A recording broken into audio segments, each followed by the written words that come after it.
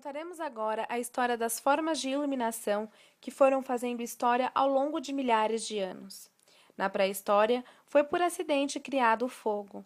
Ao atritar pedras e gravetos, a chama se formou e foi possível então o domínio do fogo.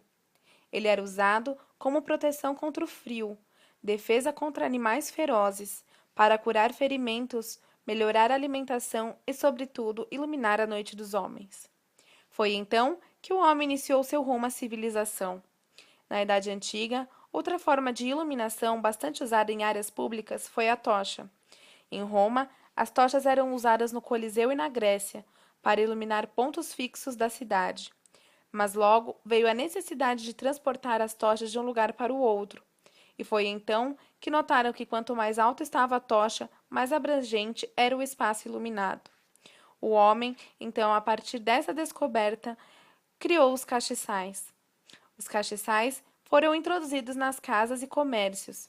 E depois, ao invés do fogo, os castiçais começaram a portar velas.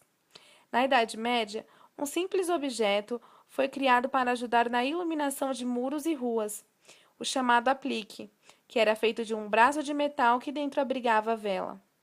Com as grandes navegações, ocorre a conquista das Américas, e os colonizadores tiveram problemas para conseguir combustíveis para o abastecimento dos artefatos de iluminação, pois trouxeram consigo artefatos como a tocha untada com breu, fogaréus que possibilitaram no início a sua sobrevivência.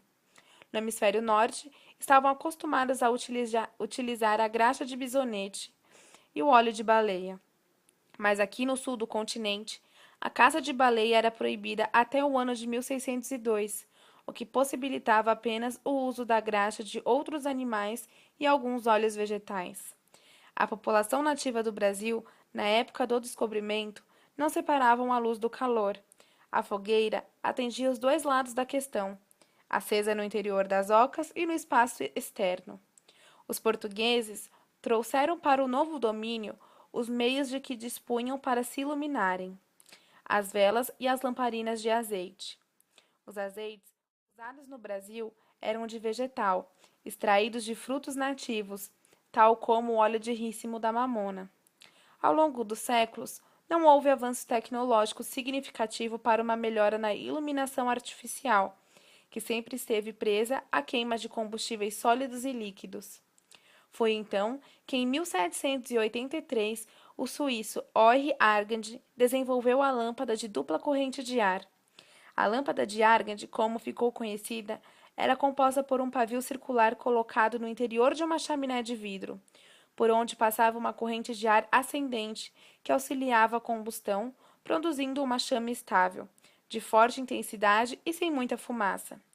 Mas havia uma inconveniência: a sombra projetada pelo reservatório de combustível, que ficava localizado sempre acima do nível do queimador.